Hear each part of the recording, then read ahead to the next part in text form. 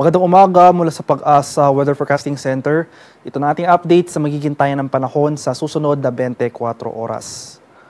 Patuloy pa rin ang epekto ng northeast monsoon o hanging amihan sa malaking bahagi ng Luzon. Samantala, ito namang easterlies o yung mainit na hangin galing sa Karakatang Pasipiko ang umiiral sa bahagi naman ng Visayas at sa Mindanao. Dahil sa easterlies, makakaranas tayo ng mga kalat-kalat na pag-ulan na may pagkulog at pakidlat sa silangang bahagi ng Mindanao. At dahil naman sa amihan, makakaranas rin tayo ng mga kaulapan na may mahihinang pag-ulan sa silangan at hilagang bahagi ng Luzon. Sa nalalabing bahagi ng ating bansa, kasama na dyan ang Metro Manila, ay maaliwala sa panahon na ating inaasahan, may tsansa pa rin ng mga light rain sa pag-ambon na dala ng amihan sa Metro Manila and the rest of Luzon. Samantalang tsansa naman ng thunderstorms ang posible nating maranasan sa buong Visayas at nalalabing bahagi ng Mindanao.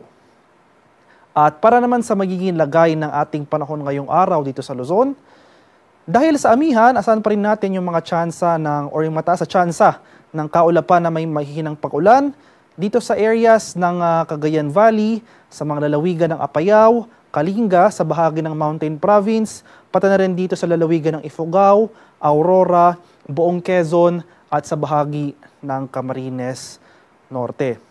Sa nalalabing bahagi ng Luzon, kabilang na dyan ng Metro Manila, ay fair weather conditions sa ating inaasahan, maaliwala sa panahon, may tsansa pa rin ng mga pag-ambon o light rains na dala ng amihan. At para naman sa bahagi ng Palawan, Visayas at sa Mindanao, dahil naman sa easterlies, makakaranas tayo ng mga kalat-kalat na pag-ulan o yung mga scattered rain showers at thunderstorms sa eastern section ng Mindanao. So particular na dito sa buong rehiyon ng Caraga at sa malalawigan ng Davao Oriental, pati na rin dito sa Davao de Oro. Dito sa Palawan, buong Visayas at rest of Mindanao, pagpapatuloy itong generally fair weather conditions, mainit at maalinsangang panahon, especially dito sa areas ng Visayas at Mindanao. Pagsapit ng hapon hanggang sa gabi, magdala pa rin tayo ng pananggalang sa ulan dahil may tsansa pa rin na makaranas tayo ng mga thunderstorms. At para naman sa kalagayan ng ating karagatan, sa kasalukuyan, may nakataas pa rin tayong gale warning na dulot ng amihan. Partikular na sa mga dagat-baybay ng Ilocos Norte, Batanes, Cagayan, kabilang na dyan ang Babuyan Islands at sa mga seaboards ng Isabela.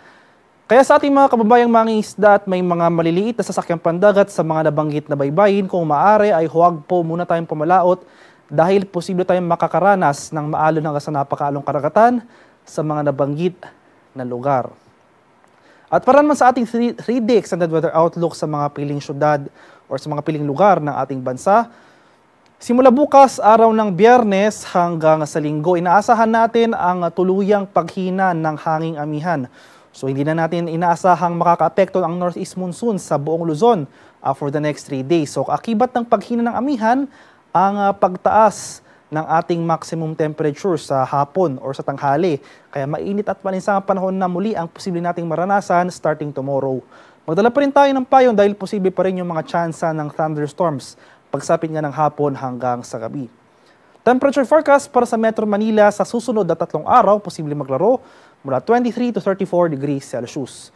14 to 24 degrees naman dito sa Baguio City at 24 to 31 degrees Celsius sa bahagi ng Legazpi City. Sa bahagi naman ng Visayas, for the next 2 days o sa araw ng Biyernes hanggang sa Sabado, magpapatuloy pa rin itong maaliwalas sa panahon, mainit at maalinsangan, ngunit pagsapit ng Linggo, especially dito sa area ng Eastern Visayas, sa lugar yan ng Tacloban City, dahil sa easterlies o yung hangin na nanggagaling sa Karakatang Pasipiko, asahan natin yung mga pag-ulan na dala ng weather system na ito. Temperature forecast para sa Metro Cebu for the next 3 days, posibleng maglaro mula 25 to 32 degrees Celsius. 26 to 33 degrees naman dito sa Iloilo City at 24 to 31 degrees Celsius sa bahagi ng Tacloban City.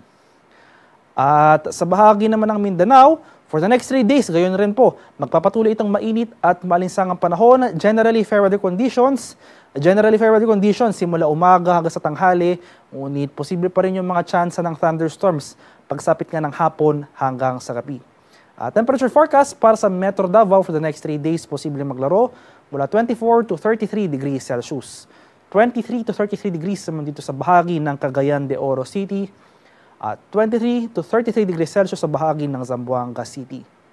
Ang haring araw dito sa Kamaynilaan ay sisikat mamayang 6 a.m. ng umaga at lulubog naman mamaya sa katapos na 6:07 ng hapon.